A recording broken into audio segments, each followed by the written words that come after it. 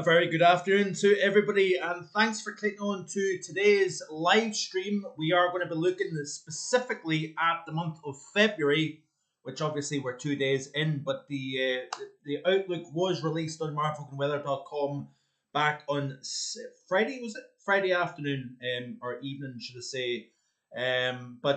Yes, how is everybody doing on this fine Sunday afternoon? The sun is just dropped below the horizon. The time is 1 minute past 4. It is the 2nd of February, and I hope you are all keeping well. Interesting times coming up.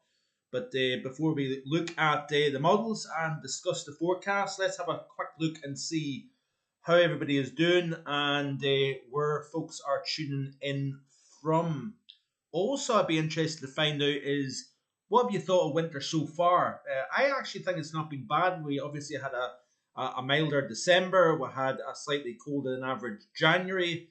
And things are looking rather interesting when it comes to the month of February. I am going for a colder than average February. And could that actually tip the balance in terms of the overall winter? So obviously when I say overall winter, I'm talking about the period between the 1st of December and the 28th of February. But the very first person on the live chat this afternoon was our very good own City Andy. We have got J72 also in. We've got Lindsay. Thanks to Lindsay for moderating today's stream as always. We've also got Paul James in the live chat this afternoon. Good afternoon to you, Paul. Hope you're well. And also thank you for moderating. We've also got Sing Splint tuning in. So we've got pretty much a full house of moderators. I'm not sure if Lisa is tuning in today or not. It is a nice day, so she may be out and about, which is fair dues. And she can always check back at her leisure if she doesn't happen to appear. But we do have Braemar, Ballater, D-side and Donside weather. Good afternoon to you, Chris. Hope you are well. And we've got David Vogan tuning in from Kirkintilloch. We've got Gav's weather. Vince tuning in. A very good afternoon to Gavin. Hope you're well. We've not spoken in a wee while, and I do apologise, by the way, Gavin. I keep missing your live streams, so I do apologise for that, my friend. I'll need to get back into it again. It's just been one of those times. Very good afternoon to Super Josh 24. Thank you very much, my friend, for the kind donation. That is very, very generous of you. We've also got Tommy tuning in as well. So whereabouts are you tuning in from, everybody? And also let me know how you're getting on. We've also got, who else have we got? Braemar, Ballater, D-side and Donside weather saying, seems a very poor snowy season. Hopefully the ski centres survive. Well, certainly based on the models anyway, it looks as if we may get something interesting developing. We've also got Thomas McCormick tuning in. All right, Mark, what's the Jackanory laugh out loud? What's the Jackanory? I'm not entirely sure, my friend, what you're meaning. Either that or I'm a bit slow. So tune in from Dublin, I believe Thomas is in. So let me just see here. We've got 53 concurrent viewers at the moment. You know the drill by now. Do I even have to say it? But I will anyway. Be sure to hit that like button and let myself and YouTube know that you're enjoying the content here on the channel. Have you subscribed to Mark Vogan Weather here on YouTube? Yeah, it's absolutely free. Doesn't cost you a single penny. So yeah, hit that subscribe button. It certainly would be very helpful. I would be very grateful for you to do that. We also have plenty more winter weather to come. That is how it looks at the moment anyway. Is the models going to do an almighty bust and it just doesn't happen? That's still a possibility. We're still talking about pretty much a week away in terms of the overall scenario changing in terms of the we've also got the Jack and Ori story. Right, okay, right. It's a good job Lindsay's here to keep me right. Jack and Ori means story. Okay, I'm a bit slow sometimes, so I need the good lady to keep me right. Yeah, sorry about that, Thomas. I think it was that said that. What's the story? It's slang, Mark. I thought you were going to say something else there. It's slang. Yes, okay. Do apologise. I can be a little bit on the slow side sometimes, so just bear with me. Yes. So, anyway, we've also got Ian Burks tuning in. Good afternoon to Ian. Good afternoon, Mark. Sunny here in Derbyshire, says Ian. So, yeah, let me know if you're watching. We've got 57 concurrent viewers at the moment here. So, if you're watching, drop a little comment. It would be good to see your name pop up. I'll give you a little shout out and whatever. So yes, let's see what is cooking in terms of the modelling anyway. So obviously the February forecast has now been released. We will look through that, and I'm going to try and change it a little bit so that it's not just me reading off a script here. We'll look at some of the latest models. Obviously, this article was released back on Friday. We'll look at the most up to date modelling in terms of the overall outlook. We've got Kyle Baker tuning in. Good afternoon to Kyle. So what we'll do is we will look through a little bit of the article, but I'm going to try and kind of peel away from that a little bit, so it's a little bit less monotone, it's a little bit less scripted, and we'll kind of go and just go off in a tangent as I usually do on these live streams. So, like I said, 61 concurrent viewers, hit that like button. It would be greatly appreciated. It helps the reach the greater distances within the YouTube platform, if you catch my drift. So, yeah, did you happen to have a look at the article for the February Outlook? Certainly interesting. And obviously, the title of today's video is the coldest part of winter yet to come? That's going to be the big question. And it will be very, very interesting to see whether we can get something even colder than what we've seen. Obviously, for some folks, you're probably saying, it's not been that much of a cold winter, really. We've not really seen much in the way of snow. The first half of January was probably the coldest since 2010 for the UK as a whole. A very good afternoon to everybody, and thanks for clicking on to today's live stream. We are going to be looking at this every single time. Every single time. I thought I'd muted it, but I didn't. So, yeah. Hey ho.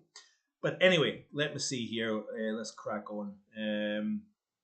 So let's bring up the article, and I am going to go straight down to the bottom, and we're going to discuss the verdict, and then we will explain and talk a little bit about how we got to this overall verdict. So I believe February is likely to be average to below average in terms of both temperature and precipitation for Central and Western Europe, including the UK and Ireland.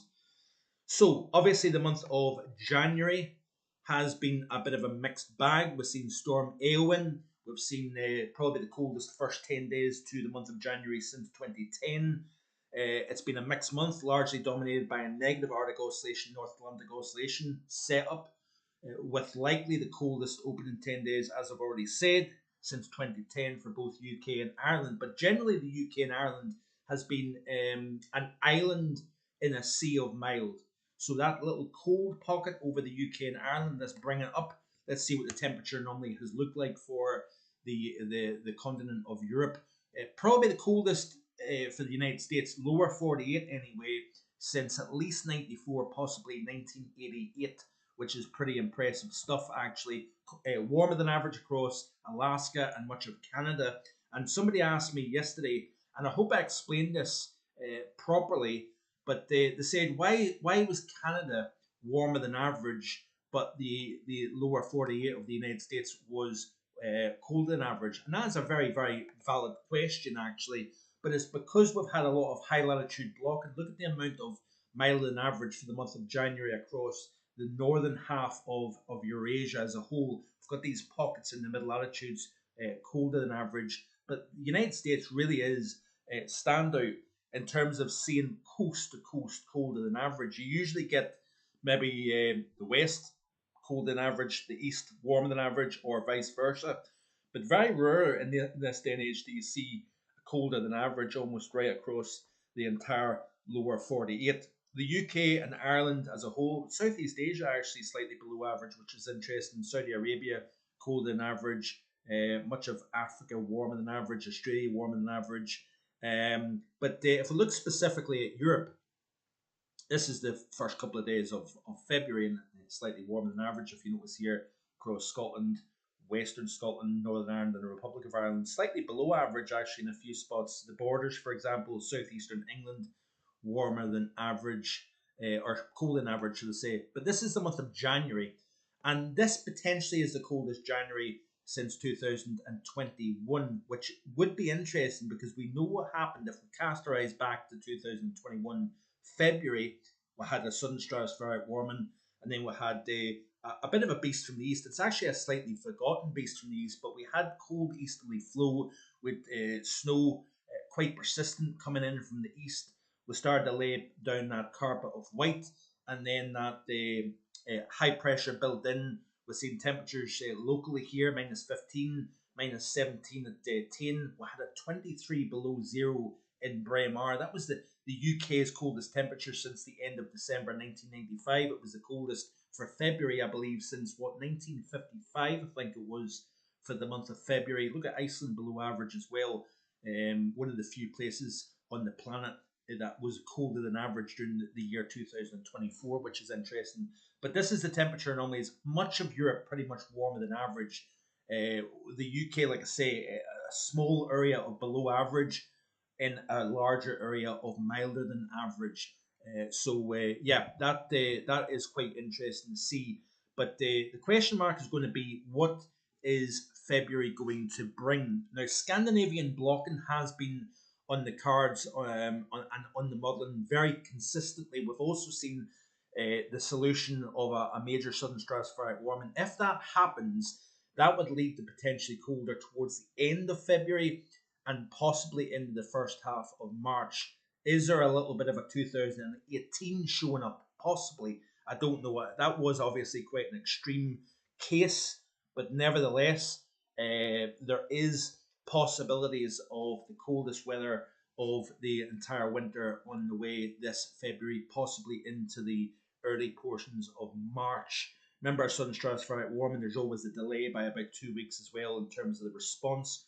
But it looks as if this is a troposphere in the stratosphere response. We're building the pressure up into the stratosphere, creating the warming to take place, and that could lead to something quite interesting further down the road. So anyway, we did see obviously a break after the cold open 10, 12 days of the month, as northerlies were abruptly replaced by southerlies, causing temperature to lift by as much as 25 to 32 Celsius. So remember that -18.9 up at the Altnahara, then would just completely, it's like flicking a switch. And Altnahara, I was up there the morning it recorded -18.9. 3 or 4 days later, it was 14 Celsius. No snow in the ground. So these big switches between mild and cold has been quite apparent, really for several months now. We seem to be getting these bigger fluctuations between extremes. But nevertheless, the first 10 to 12 days were followed by a less cold, but it wasn't completely mild. Remember that high that initially was to the northwest, delivering the northerly flow. We had showers, snow showers, building up the snowpack. That high then drifted all the way down into the southeast of the UK. And underneath that high, albeit the air mass did moderate, we've seen that low-level cold trapped beneath that high, kept temperatures average to below average while we had the southerly winds and very mild conditions, 12, 14 Celsius widely across the Republic of Ireland and Scotland. We've seen the cold linger over the southeast UK and into France, into the Low Countries, etc., etc. We had quite a textbook negative NAO during the first half of January, and even really the majority of January was a negative North Atlantic oscillation pattern. Now it's a little bit hard to see. Let's blow this up a little bit just to see if we can get it. That's a little bit better. If you're watching on TV, you're probably seeing these charts a lot better than you would be on your smartphone, I would imagine, or a tablet. But you can see here, this was a graphic that was sent to me by our very own Richard Shaw, showing the first 10 days of the month. So I've blown this up as best I can, but you can see here the block over Greenland here. We've got these twin negatives, one over eastern United States, and we've also got a negative over the UK and Ireland here. So that has led to, albeit we've had warmer than average across the majority of the continent, we've had a trough in the means, especially during the first 10 days of January, and then we've seen that pattern change as we've progressed through the second half of the month. Now, obviously, it turned stormy. We've seen Storm Eowyn, probably one of the deepest lows for Ireland on record, but it was the deepest low for Northern Ireland since, pretty much since 1900. We had a pressure at McGilligan of 948 millibars. That is Northern Ireland's deepest low. It was a record for the month of January, but it was the deepest low since the end of the 1800s. I think the deepest low was recorded in Belfast of 925 millibars. That obviously wasn't broken, but it's over 100 years since we had a pressure as low as what we've seen with Storm Eowyn. So, like I said, it's been a largely negative Arctic Oscillation, North Atlantic Oscillation January. Obviously, we had the mild December, with slightly colder than average January. It's going to be interesting to see how this month pans out. This is the temperature anomalies through the first 10 days of January, and firmly colder than average across the UK and Ireland, and also up into Norway, Sweden, and Finland. The rest of Europe largely warmer than average. So the contrast between Iceland, the UK, and Ireland and Scandinavia compared to much of Europe is quite notable. And this is obviously how it panned out through the month of January. So largely warmer than average. So with a less cold second half of the month came a more changeable one, as the MJO drifted out of phases 7 and 8 into an amplified phase 1, 2, and 3. So Siberian air crossed over the top of the pole into North America. So a similar kind of setup developed in terms of the polar vortex and the stretched nature of it, allowing that transport of Siberian air over the top of the pole into North America. That then forced the jet stream of the Atlantic to become stronger as you increase the gradient, and therefore we had Storm Eowyn develop, and we had a much more changeable setup. So the tightening up of the Atlantic thermal gradient gave birth to deep winter cyclones, as we here in northwestern Europe bore the full brunt of a renewed stormy spell. So generally between the 18th and the 25th of January, we had a much more active pattern, much more active jet. Up until then, we had quite a split jet, high pressure, blockiness, and so on and so forth. In came Storm Eowyn, the deepest low in decades to affect Ireland, while it was the UK's deepest since 2013. Because remember, December 2013, we had a storm, and the pressure was down to 939 millibars over Stornoway. That was the UK's lowest pressure at any site since 1900 as well. So the record for the lowest pressure both in Ireland and the UK is generally back to the 1800s. But we did have the Brer storm, which had a lower central pressure than Eowyn. So there was areas of low pressure out over the Atlantic that were deeper. But this system kind of peaked just before reaching Ireland. We see the wind gust of 114 miles per hour. We had a 100-mile-an-hour wind at Dromalbin in South Lanarkshire. So, it was quite notable. I'm sure there's plenty of people that have had damage to roofs, their car, for example, fences down, etc., during Storm Eowyn. So, obviously, with two systems that followed that, and they were Herminia and Ivor, affected more southern portions of the UK, into France, into northern Spain and Portugal. So while we observed a pattern change in the less cold period between the 12th of January and beyond that, we didn't completely wipe out the cold. As explained already, that area of high pressure allowed some cold to remain in place during the month of January. These are my stats for my own weather station here at Marvel and Weather HQ. High of 14.4, low of minus 10.6. Recorded a pressure down to 945 millibars here, thanks to Storm Eowyn, and we had snow depth with snow on the ground for 10 days with 5.5 days of consecutive snow. You can check that out if you're interested at your leisure. It's freely available on the site. So January ends and February begins with an MJO phase 4 and 5, which are mild. They tend to promote a positive Arctic Oscillation, North Atlantic Oscillation. Thought you said it was going to turn cold. Yes, we'll get to that in just a second here. So you can see the trend here of the AO and the NAO. In terms of the stratosphere, by the way, what's notable about, despite the cold January for North America and cool-ish January for the UK and Ireland, but warm in Europe, The polar vortex has been quite strong throughout the course of the winter season, both with the core temperature as well as the mean zonal wind at 10 and 30 millibars as seen below. So you can see here this thin grey line, that is the average, and we've generally been colder than the average both at 10 millibars and at 30 millibars, which is quite interesting. Currently, this is as of the 30th of January, we've got colder than average temperatures at 10 millibars right across the top of the pole. So mean zonal winds are expected to weaken over the next week or so. But what's the reasons behind this weakening of the polar vortex?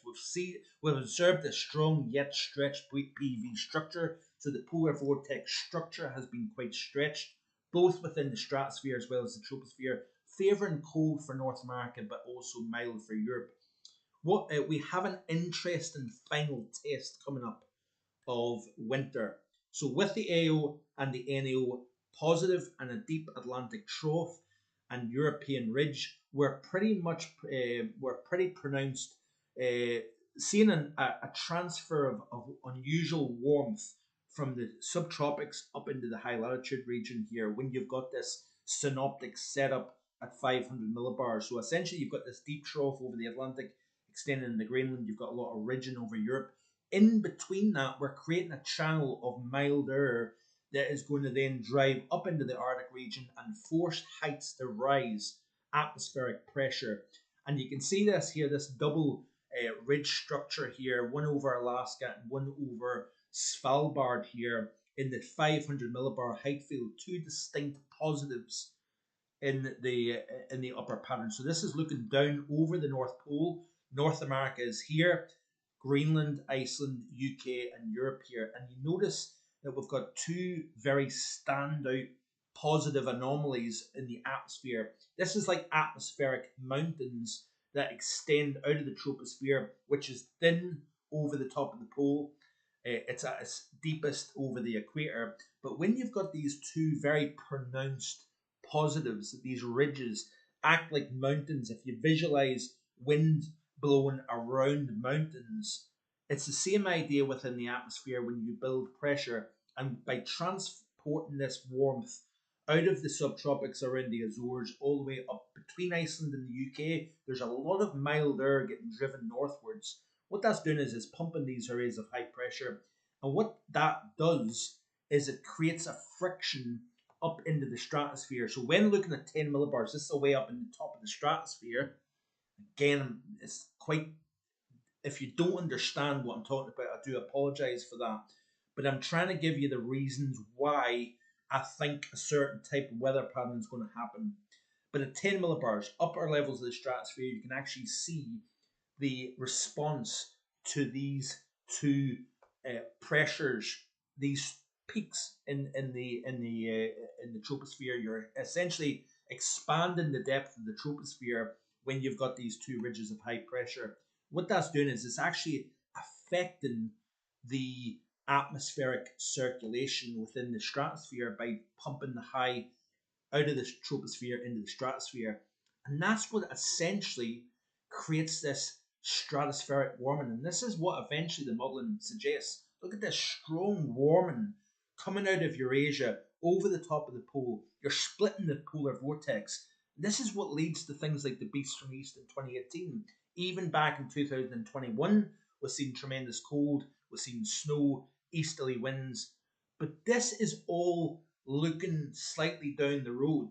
But it's what's actually happening within the atmosphere in the next week or two that could lead to some very interesting things going on here. We have the potential, by the way, of seeing a bit of a beast from the east developing here. So while what's projected below within the troposphere could, and it is a could rather than will, eventually lead to significant change above within the stratosphere. So what's happening within the atmosphere at the moment could lead to bigger things later down the road, but we're talking about late February and into the month of March. However, the evolution of the pattern over the next week could lead to interesting winter weather in the near term. So we're kind of jumping between long term and near term. And what's happening at the moment within the near term could affect the long term. Does that make sense? I hope so.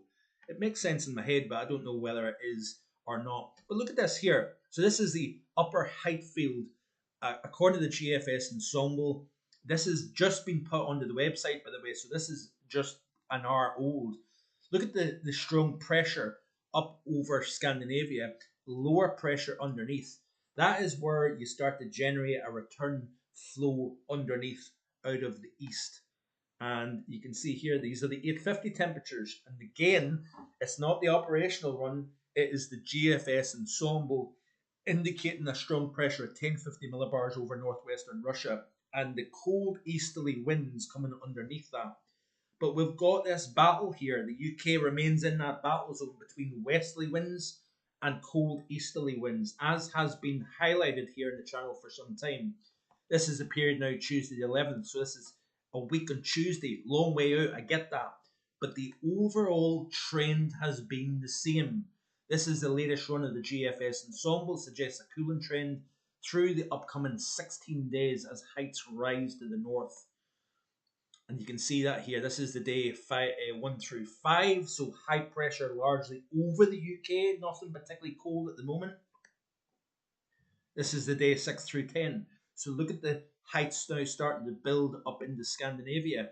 We've got negatives northwestern Africa over southeastern Europe into Turkey. This is the day 11 through 15. So this overall building trend to above average heights up into the north.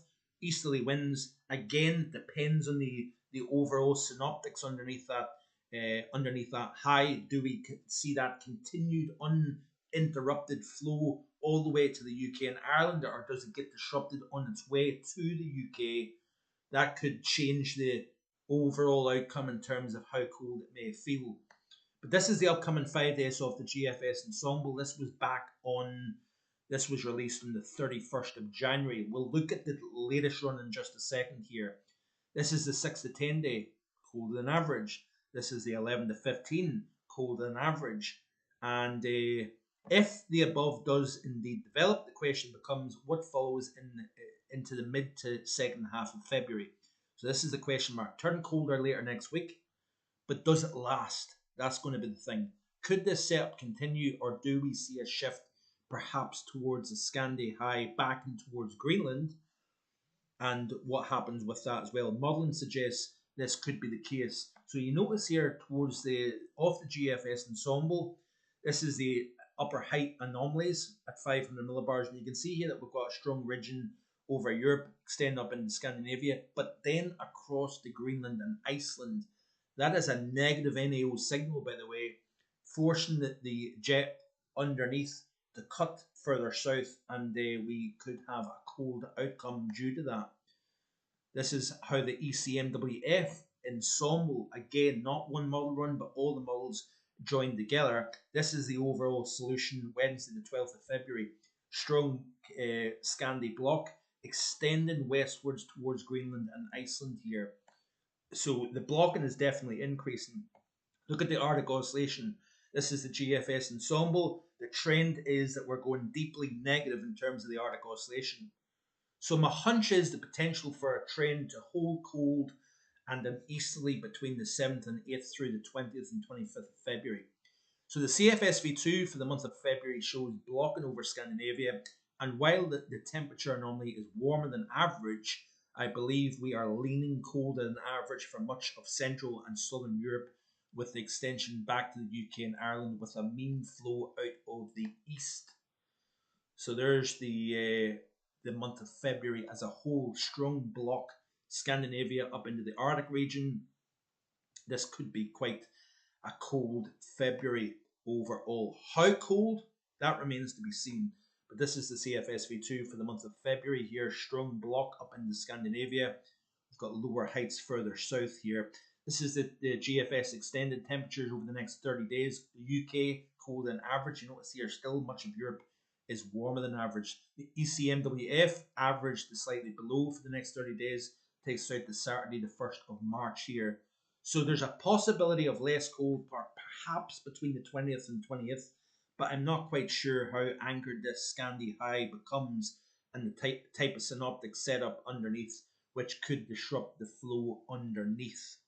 So we could be looking towards the end of next week at some rather cold weather. So let's have a look at the models and see what they're showing. let's have a look at the overview chart and we'll look at Europe and the North Atlantic. So this is the current setup. We're going to start to turn quite windy, by the way, as we go into the start of the week. So we've got this battle between 948 millibar low to the south of Iceland, and we've got pressure at close to 1030 millibars to the southeast of the UK over the near continent. So a southwesterly flow, nothing particularly cold or anything like that. You okay? Volume. Is that a wee bit low? I'm okay, but someone said we can't hear. Right, right.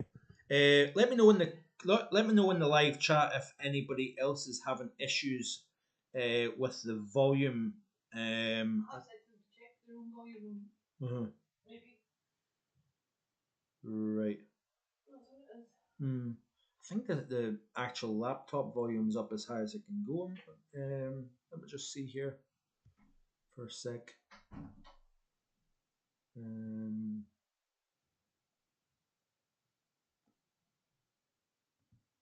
Sorry, just bear with me. I don't know if that does any good or not. Let me know in the chat below if you're still having any issues. Is that a one-off issue with one person and not everybody? So we've got Steffi Adcock tuning in. We've got Paul Farwell. We've got Barry Smith. We've got Mr. Aston tuning in as well. Good afternoon to you folks. Definitely not that random guy. Also tuning in. Stephen Lane tuning in as well. We did have over 100 concurrent viewers a little while ago, so a massive thank you to everybody for tuning in. We've got Tommy, we've got J72, we've got Adam Blunston, Steffi, as I said, Fred Blogs, Mac tuning in. I believe you're from Inverness. Am I right in saying that, my friend? Yeah. We've got Angel also. Angel saying, I'm so ready for warmth and sunshine in the south. We don't want a late SSW ruining spring like it has done the past two non-existent springs. That is a very good point, actually, Angel. And sometimes I'm noticing there seems to be more of that in recent times where we've had this kind of strap warming taking place towards the end of the winter season and kind of causing issues with the spring. We had it last year, we had it the year before. We've also got John Bevan tuning in as well. Good afternoon to you. No problems with the sound this end. So I'll crack on. Sound is fine, says James. Braemar and Ballard are D-side and Donside saying my TV is up at 77. Certainly hope it's not too loud for the neighbours, Chris. But yeah, Hebridean also on. The synoptics may well transpire, but there is simply not enough cold air over the east to produce a beast from the east. Remember Hebridean though, that the cold that we've got at the moment might not be there, but remember there is cold further east over Russia. And what may happen is that we start to see this pattern evolve and it starts to become colder. And we're also dragging in something colder from further east. So we'll look at the models in a second in terms of this, but this is as of Saturday next weekend. This is the 8th of February. And we've got this 1056 millibar high sitting over northwestern Russia. So that's a very powerful area of high pressure. And these kind of heights tend to be the kind of pressure patterns that you tend to see when it comes to a building cold pattern. So remember, we've got this fight between Atlantic trying to push towards the UK. We've also got this building of pressure further north. That is an easterly continental flow underneath. And it's where the two meet is going to be the question. We'll look at the GFS operational. This is the latest run. Let's have a look and see what it's showing. So we'll play through the loop.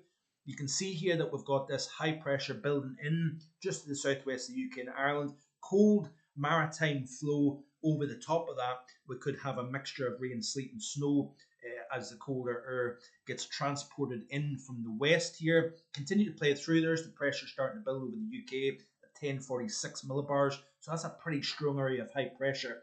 Watch what happens as this frontal system now starts to move in from the west. The high then drifts up into Scandinavia, into northwestern Russia.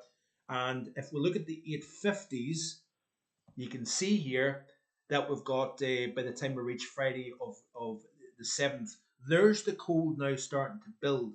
We'll go back to the here and now. Notice that we've got some cold, but not a huge amount. to the east. You can see here that it's kind of getting driven slightly to the east, but it's because we don't have any pressure up over Scandinavia. It's dragging the east flow. So until we get that high building up into the north of Europe here, especially with a high centered either just to the south of the UK with a flow over the top of that coming in off the west. But you see here as the pressure builds to the north, that's when we start to drag in this colder air. And this is by the time we get Monday the 10th of February, we've got an area of what, minus 10 Celsius near continent into the southeast of the UK here.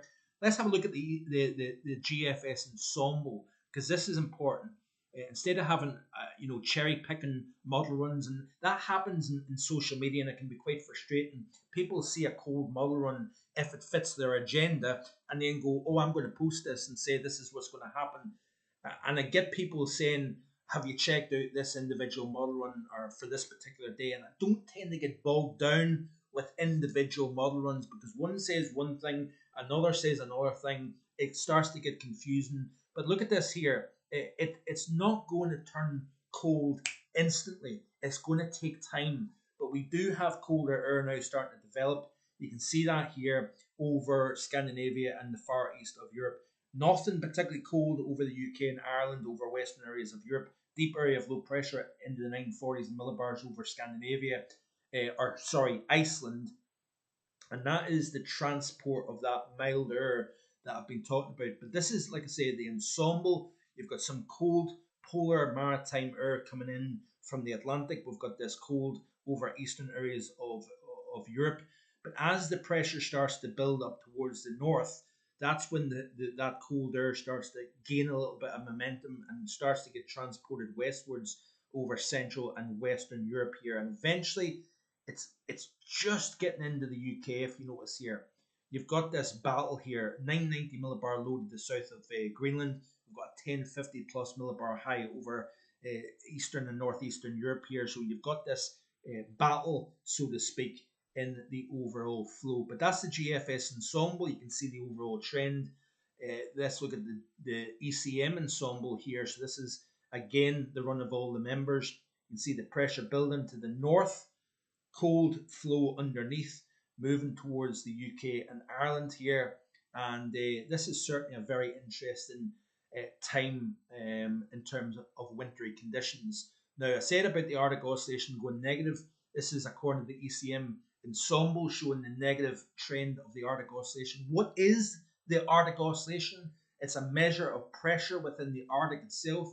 When you've got positive heights into the Arctic, you've got more negative heights underneath, and you've got cold getting released out of the Arctic towards Europe, towards North America, etc., etc. When you've got a positive Arctic oscillation, you've got all that cold built up over the Arctic region, tends to be milder in the middle latitude belt, either North America, Europe, or Asia.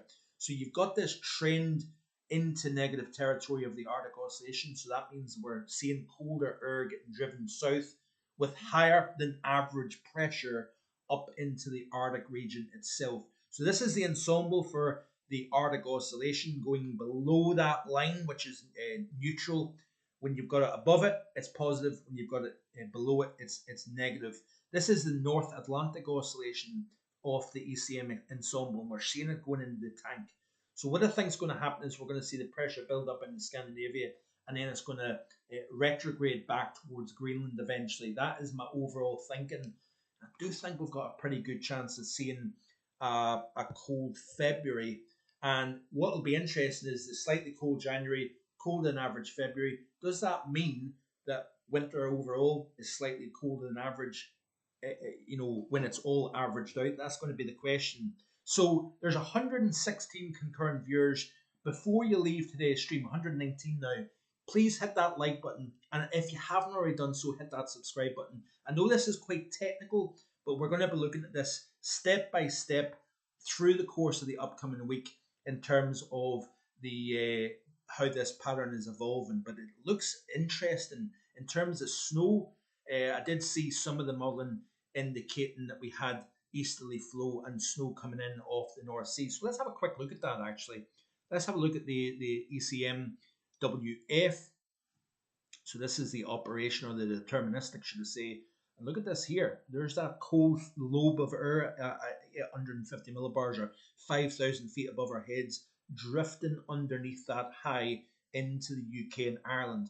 But let's have a look at the UK specifically and see in terms of the flow. So look at this here. Beautiful setup here. Yeah, granted, the high is over southern portions of Norway, Sweden, and Finland. But look at this here. Near 1050 millibar high. There's the flow connecting all the way from Russia, deep within Russia, all the way to the UK and Ireland here. There's no interruption in those isobars. So that indicates that we've got this wind blowing almost from Siberia all the way across to the UK and Ireland here. When you've got a disruption in those lines of equal pressure, those isobars, you get a cut off with the flow. So it's important to have this high elongated, stretched all the way from the northern UK all the way back towards Russia here. So let's have a look and see in terms of precipitation and see what it's indicating here. So if you've got those cold winds blowing over the relatively warm North Sea, it's picking up moisture into that cold air, and then it falls as snow on the eastern part of the UK. So continue to play through. There's a system there, look, moving in off the east. So you've got this reverse in the normal flow. And if we look at the UK specifically, we'll have a look and see if it's indicating much in the way of snow. We'll look at snow depths, but this is fantasy land, right? We're still talking well over a week away, but it's interesting to see what is the models actually showing. So play through here. We've got the westerly flow initially, chilly with that westerly flow. There's that pressure at 1047 millibars. Then it scoots up into the up into Scandinavia. We've got the frontal system moving around the top of the high. And play right the way through a nice strong area of high pressure at 1045 millibars. And then there's the easterly flow, and you've got this convective nature running that easterly flow. And there's the snow showers moving in from the east. This is all the way out to Thursday, the 13th of February, so the day before Romance Day, Valentine's Day. Better remember that one. But you can see here, if we look at the snow depth chart, and quite interesting. So obviously with the westerly flow, we've got some high elevation snow, northern England, possibly North Wales, Ireland, the UK. Highest ground, we may see some snow, nothing really to write home about. But as that flow then becomes easterly, interesting stuff, isn't it? And that's your somewhat beast from the east. I'm always a little bit cautious about using that term because everybody goes to the extreme, thinks 2018. That was an extreme event. And we get beasts from the east probably every couple of winters, really. It could be significant or it could be a little bit of snow and cold. But generally speaking, the ECM is printing out some decent snow. Let's have a look and see what the GFS is indicating in terms of easterly flow and possible snow. So we'll go back to the overview chart. Again, we go from westerly to easterly, play through, and we've got that easterly flow, not really indicating a huge amount. We are picking up on some moisture coming into the south of the UK. So some of the snow-starved southerners, yeah, this might be conducive to some snow for you guys. Look at the pressure up to the north, easterly airflow. What is the model indicating in terms of snowfall of this model here? And because it's so far out, there's no guarantees about anything. And I'm not hyping this up. I'm showing you the evidence to back up the ideas overall. Play through the loop here. You can see it's indicating something towards the middle portions of this month. And it can take time for this pattern to overall adapt and set up here.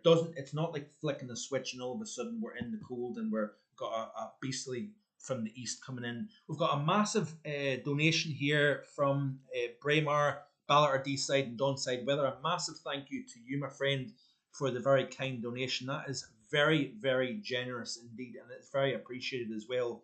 So thank you very much for that.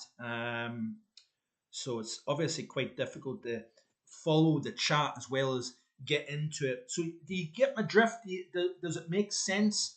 Are you intrigued? Are you excited about the prospect of a possible easterly snow and a bit of winter coming back in. Some folks have said winter has been decent. Some folks have said, no, there's not been much of a winter at all. Depends on whereabouts in the UK you live, really, I suppose. Stephen Lane saying even the Met Office are saying cold next weekend with snow possible Monday the 11th of February. Great update, Mark, again. Yeah, I get the fact that they probably don't make a call on things until they're pretty confident that that is going to take place, because I do get it. They tend to be a little bit, what's the right word? Uh, they're obviously very cautious in terms of what their forecast states to the public before the actual event here. But I think the take home is that all the modelling is pretty much suggesting the same thing. Exactly how much cold, exactly what snow we're going to get, all open to question. But the overall emphasis is largely on heights building to the north, cold that we don't have at the moment over Central and Western Europe. That will eventually start to build into the pattern as we go through the next week or so here. And the question mark is it a short-lived thing, or do we see the connection with this building of pressure up into Scandinavia, up into the high latitudes? Does this materialize into a longer term pattern that doesn't just come and it disappears again after 10 days or so? This is going to be the question.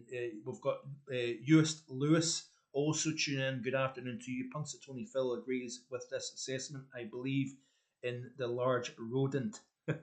Very good. That was today, was it? The 2nd of February, Groundhog Day is. Yeah, it is. It is. So, very, very, very interesting times. Does anyone know when the last 2 consecutive months to be under the 61 to 91 CET average and Central England temperature average? That's a very good question, JC. The Capped also tune in. Good afternoon to you. Have seen this before over winters, but this might be different. The cold Atlantic makes it look more believable, though. And that's why I am also very cautious as well, because you think to yourself, wouldn't it be embarrassing if I start mentioning things like the beast from the east and cold, etc., and then the models completely flip? I've been looking at all the different models, all the ensembles, and they're all pretty much saying the same thing. And it makes physical sense as well, given what's going on. We've not mentioned the Mann-Julian oscillation, by the way. Let's have a quick look at that, because that is interesting also. So we'll look at that in a second here, but I want to show you one thing also, which may be a little bit on the tech side.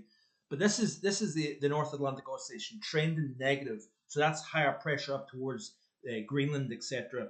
That's the ECM ensemble. Let's look at the GFS extended for the same time. So we're seeing that trend into deep negative. So the blue is the control run, which takes it into like -4 sigma. That is like a mega negative NAO seen by the GFS extended. That's the control. The mean is the green line, so it is trending negative both in the mean but also in the control. That tends to be the extreme outcome. Looking at the CMC ensemble, again negative NAO. The control is dropping off a cliff here, as can be seen in the model. So that's the CMC. We've looked at the GFS ensemble. We've looked at the ECM ensemble, all indicating a negative NAO, which suggests to me that we see that pressure extend from northern reaches of Europe and the Arctic back towards Greenland here, and this kind of locks in that pattern. But we've also so let's look at the MJO. I get myself excited here and I jump back and forth. Sorry about that. This is the MJO, and it is kind of in the null phase. So obviously, the more that the line which represents where the NAO is at the moment here, or the Mann-Julian oscillation, so to say, the further out from the inner circle, the more amplitude it has and the more influence it has on the atmosphere. So that's that wave of enhanced convection, thunderstorm activity over the tropics. When it moves out of the Indian Ocean and the maritime continent, which are mild phases, it goes into the Central and Pacific. That then tends to lead to more of a negative Arctic oscillation and North Atlantic oscillation. So the trend is showing that we're in phases 4 and 5 at the moment, which are mild phases. That's the convection over the Indonesia region between Australia and Southeast Asia. And it looks as if it's wanting to go into phase 6, which can promote Scandi blocking. But the question mark is it going to go into phases 7 and 8? And if it goes into phases 7 and 8, which is the Central Pacific, that may lock in this colder pattern. We're developing a cold pattern, but we're still in the warm phases of the MJO. So lots of moving parts, lots of things to keep an eye on. Let's have a look and see what the GFS ensemble is indicating in terms of the MJO. So you can see here we're in phases 5 according to the GFS. It's going into phase 6 over the next week or so, which again, that makes sense given the blocking over Scandinavia, cold easterly flow. Let's have a quick look and see what the latest for the stratosphere is looking like, and then we'll kind of round up with that. Have you enjoyed today's stream? If you're new, let me know in the live chat if you've enjoyed today's content. Also, a little bit of chat amongst each other is always a great thing to see as well. 7 days a week, European Outlook. Tomorrow, Monday to Saturday, we're going to be looking at this in much more detail as well. We'll continue to watch this pattern evolve as we go through the next week. So let's have a look and see what the 10 millibars are looking. This is the here now.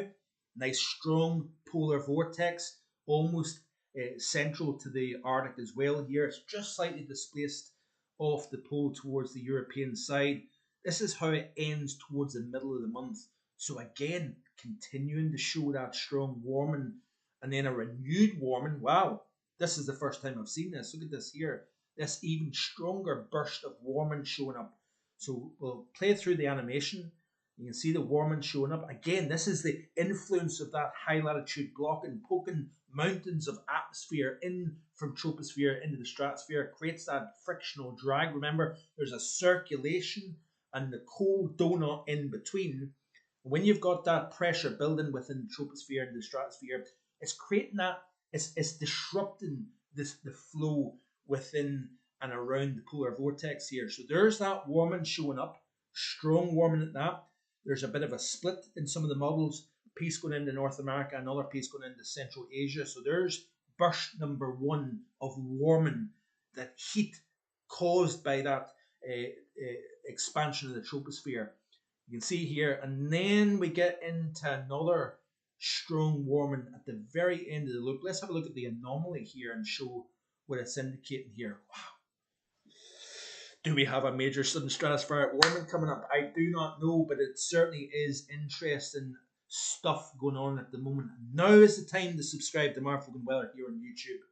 I'm giving you the evidence to back up what I am talking about here. It's not hype, it is evidence. It's not me looking at the Daily Express, the Daily Record, the Sun, and going, we're going to see a wall of 1,000 miles of snow, etc., etc. This is based on hard fact meteorology, if you will. So, yes, I am probably getting a little bit overexcited.